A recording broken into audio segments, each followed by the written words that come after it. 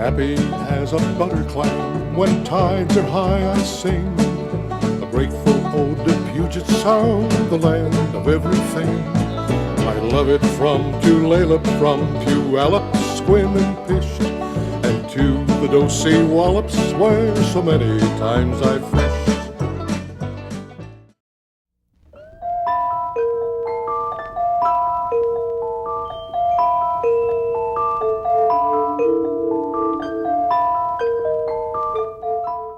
This was one of the major villages, probably the largest village along the coast of Washington. The population probably reached a maximum of around 800 people during the peak of the sea mammal hunting season in the spring. There were two lines of houses apparently along the beach. The slide got all of these at the same time, and it unfortunately kind of tumbled some of them together. It hit one, knocking some of the planks down on the second one, and so forth. Most of the material that was on the floor of the houses, the objects themselves, were not too badly disturbed, because they were lying down on the floor or close to the floor, so that the mud, when it broke through the walls of the houses, just filled them up and left everything more or less in place. Located here on the western tip of Washington's Olympic Peninsula, a series of catastrophic mudslides had once engulfed one of the richest deposits of ancient Indian material ever found in the United States on what is now part of the Macaw Indian Reservation. For thousands of years, the Macaw-Ozettes had harvested the giant mammals of the deep, and encased in the mudslides were the perfectly preserved remains of their prehistoric culture. This week, a look at what has happened since that fateful discovery when archaeologists unearthed the time capsule at Ozette.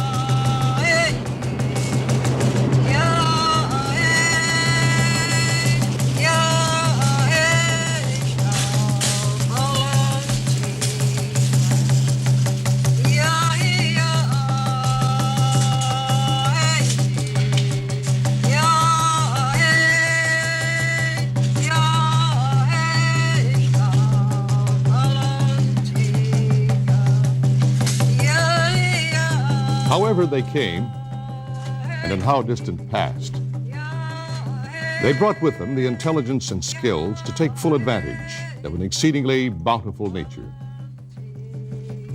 Mastering the sea and hewn logs, they made the ocean's edge and the forest their own. And long before another world had swept in under sail, had established a viable civilization in this world of islands, inlets, rivers, and rain. In piecing together the fragile evidence of man's migration to the New World, scientists like Dr. Carl Borden, the Dean of Northwest Coast Archaeologists, have long looked to the Lifeguard Islands to the north, which helped to repopulate the post-glacial Northwest coastline. When Europe became deglaciated and the large game herds disappeared, the groups had to look for other types of food on which to base it.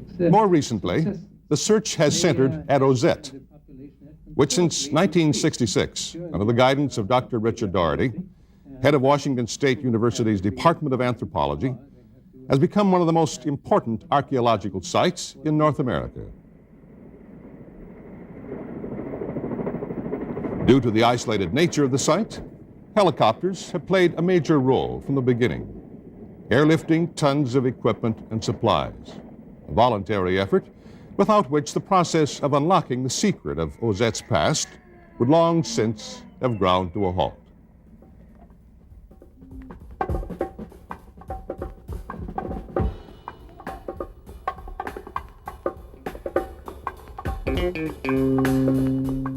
Our supplies come in largely on a need basis. The Marine Reserve in Whidbey Island has been extremely cooperative. In fact, they've sort of made the whole project possible because they bring in our supplies as we need them, and they take the artifacts out from the site here to the laboratory at Nia Bay. Usually we'll have a helicopter flight every 2 weeks or so, and sometimes if there's a big load, there'll be several flights at one time. And of course, we're flexible in terms of weather, and certain times of the year it's very foggy. So we try to preserve enough fuel and food and so forth so that it doesn't become a critical matter that they come in. Circling the reef, the chopper passes the familiar outlines of Cannonball Island, a favorite landmark to hikers who have long prowled this stretch of coast, little suspecting the treasure over which it stood guard, and whose top has also revealed signs of occupation dating back some 2,000 years. What is visible today depends upon the stage of excavation, and to a large extent upon the trained eye of the observer. Initially, the work had centered on house number 1, the uncovering of which took 2 years. More recently, they had concentrated on houses 2 and 3. Over the centuries, a number of such devastating slides had taken place. Yet no other place on the Washington coastline reaches so close to the migration routes of fur seals and whales, upon which the economy of the Ozettes largely depended. Removing the massive accumulation of slide material has required the use of hydraulics, a method well suited to this particular site, in which even the most fragile of artifacts have been preserved in the heavy, dense blue clay, which in destroying the village also served as a sort of time capsule. For entombed here is a complete inventory of life as it had once existed along these shores. Everything from woven bark to split cedar planks with which the houses had been built.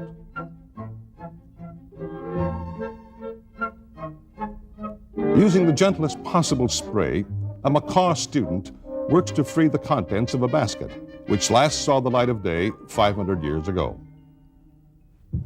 We do have a number of the macaw students who work with us, both in the field and in the laboratory. They knew that they had a very rich culture, but it's turning out to be richer than they thought it was, in the sense that particularly the young people, here's a revelation of something that, it's just, although they've heard of these things, this is their first real contact with it. Since we've been excavating there, I did a little count. We have, the last time I counted, 94 volumes, about 3 inches thick, of field notes, plat maps, catalogs of one type or another. All of this material is now being put on the computer, so that we can do such things as find rapidly what things were associated with other things. Computers will draw maps for us, plot everything. It's a fantastic time saver. And of course, with this mass of material, over 40,000 artifacts now, to do it any other way would take years and years and years. To the north were the Nootka and the Nitnat. And below the mouth of the strait, the Quileute and the Hoe, and the macaw Ozette. These were the whalers, the only ones who harvested the mammals of the deep. The harpoon head was a mussel shell. The whaleboat, a dugout canoe. Even when paddle-driven, it was a first-rate seagoing vessel, the larger ones rivaled only by the great double-hulled ocean craft of the Polynesians. In harpooning the whale, sealskin floats were attached to keep the whale from sounding, to help tire it and support it once it was dead. A single success meant meat and oil for the whole village, and no man was more honored than the hunter of whales.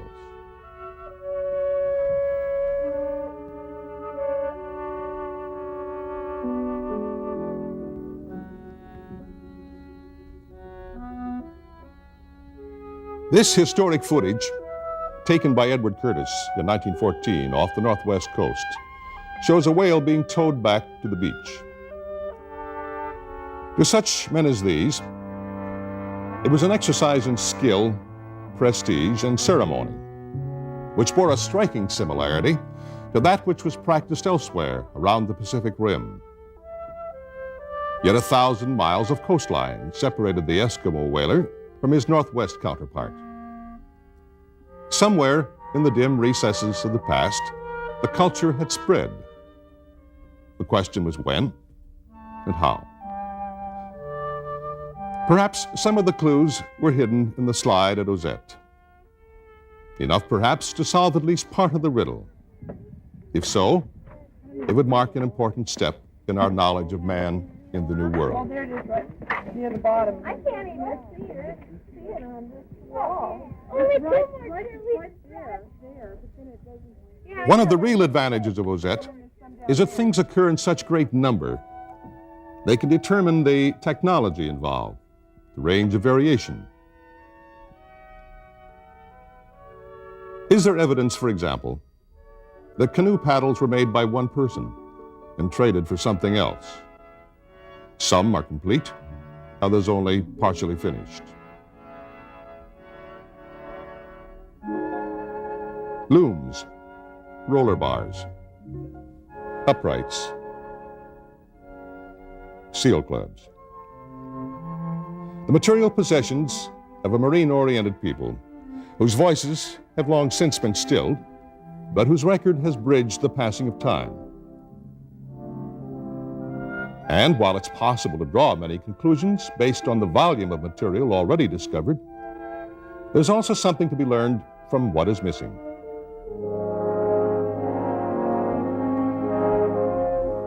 Well, we find all of the tools, artifacts, of daily use, looms, baskets, boxes, harpoons, all of these kinds of things. We don't find in these houses the winter ceremonial material. For example, we don't find drums, we don't find dance masks, things that I would expect to find were these year-round houses. So that means that obviously I would like to keep excavating north till we get into one of the houses, hopefully, that was occupied year-round so that we can get the full range of the artifacts.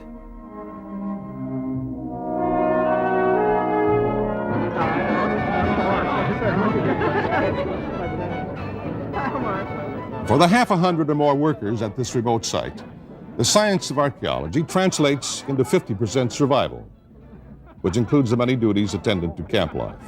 In exchange for their efforts, the students, representing colleges from all over the country, receive extra hours of summer credit and are provided with board and room. Over the years, many have started here as beginning graduate students or undergraduates who are now graduate students. A number have master's degrees resulting from the project, plus 5 PhDs. And while Ozette can't claim credit for the marriage of Jeff and Sue Mauger, they met while working on a site in Alaska. It has provided them with the incentive to further their scholastic careers as fellow archaeologists whose future now rests upon the past.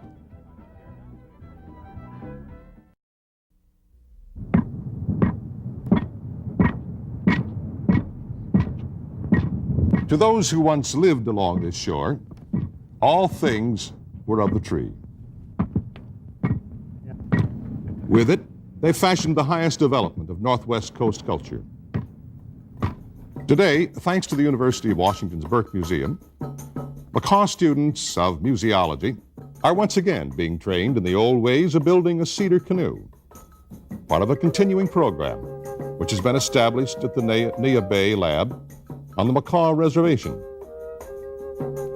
a major repository for what is coming in from the mud at Ozette, 15 miles away.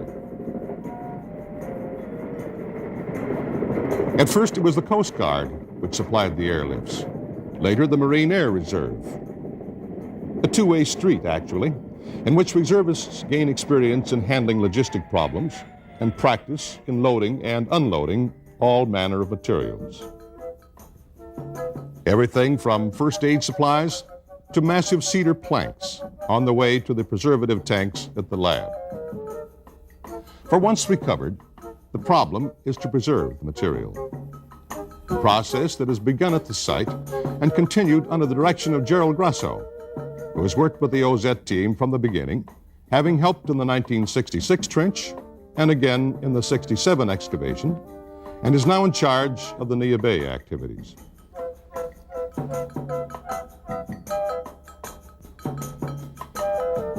Combining both laboratory and warehouse, the Nia Bay Lab includes storage facilities, laboratory sinks, preserving tanks. Everything needed to safeguard and analyze the Ozette discoveries. Those items which already have been preserved, including hundreds of bags of cultural debris, are placed in temporary storage, which also has been provided by the Macaw tribe, who, staunchly rooted in the past, can now view their heritage in a more tangible form.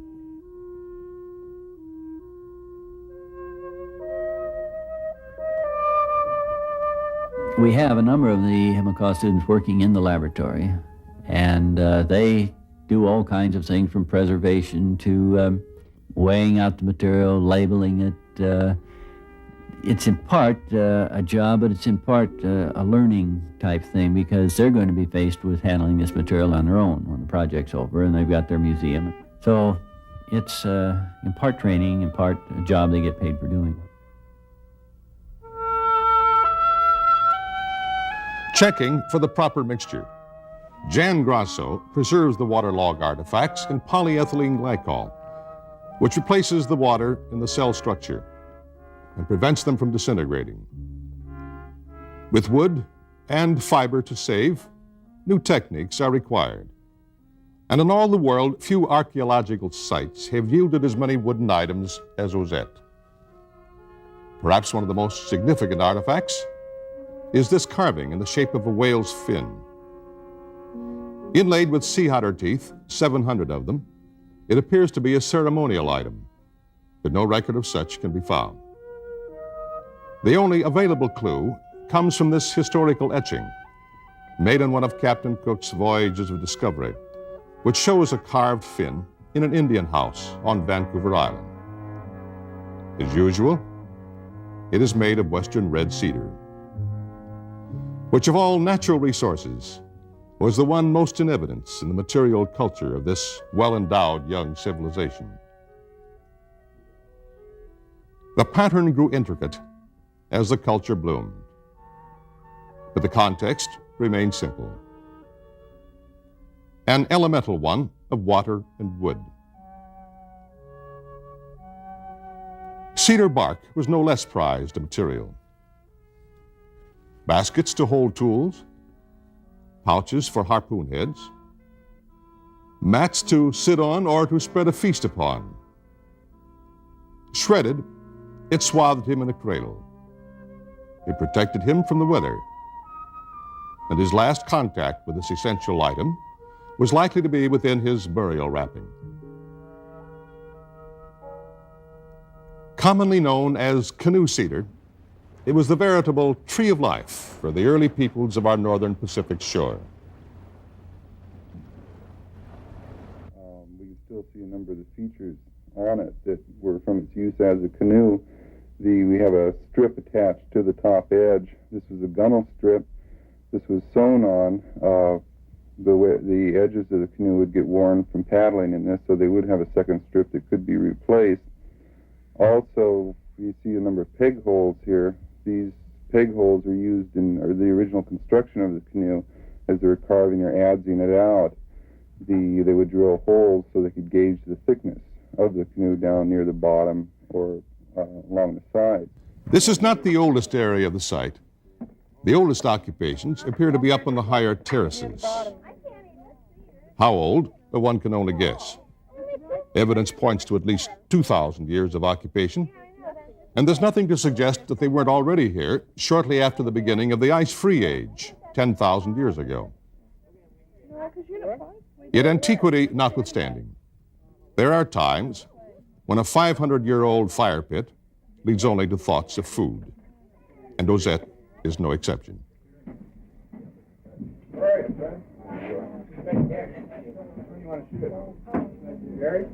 Our food budget for the year is about $10,000. Of course, they have pretty healthy appetites. You get a large group working all day out there, but this, of course, includes the fact that we have a pretty substantial garden. Well, we try to grow all the vegetables, and the students are very proud of their garden. And it goes from, early spring right into the fall. They just growing things all the time. And we do make our own bread and rolls and this type of thing, and they do a marvelous job. They can make magnificent bread. But the rest of the material pretty largely is flown in. At the level of occupation at which the houses were located, estimated at 500 years, green leaves were found in the slide material. The question remains, how many others before them had also waited the coming of spring, back when the song of man had only just begun?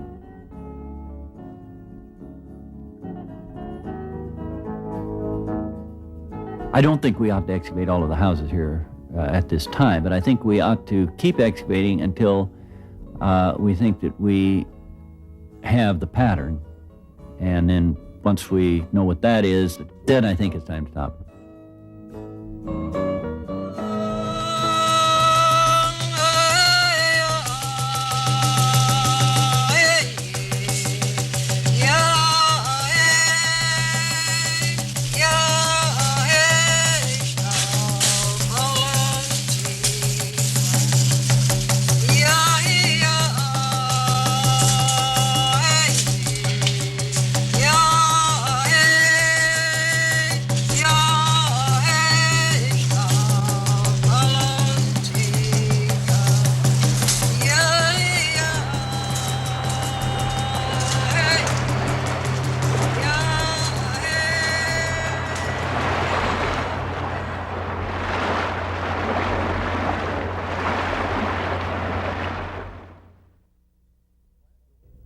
Plans are well underway for the construction of a museum at Neah Bay, Washington.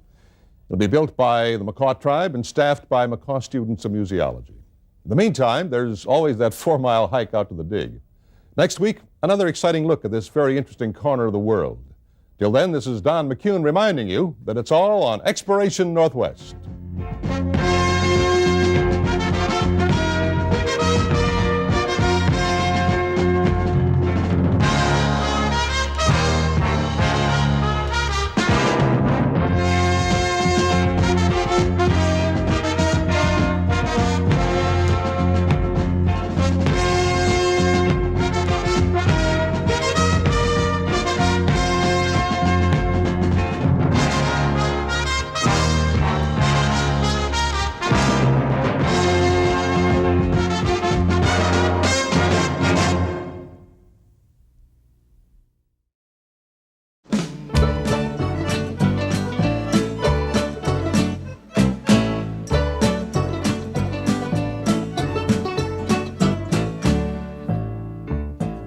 Happy as a butter clam, when tides are high I sing a grateful ode to Puget Sound, the land of everything.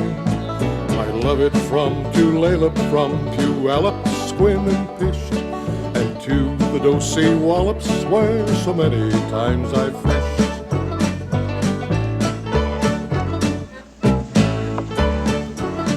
And I'm supposed to have some brown root today. Yep. Okay.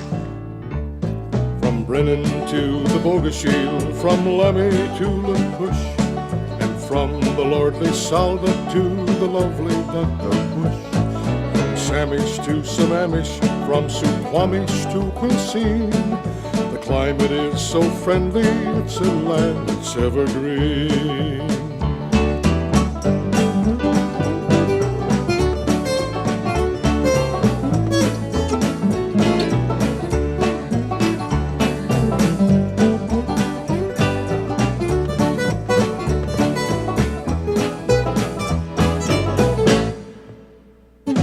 There's Jimicum and Stillicum, where spouts the gooey duck, the singing Stillaguamish and swirling Skookum Chuck, and Boatclips and Copalis, where the razor clams abound.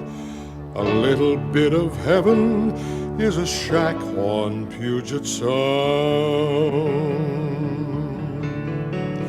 There's peace on the Skokomish, on the Queets, and on the Hoe. There's calm on the Nisqually, born of ageless ice and snow. A land that nature loves so much, she stays a whole year round. I'd trade a royal palace for a shack on Puget Sound.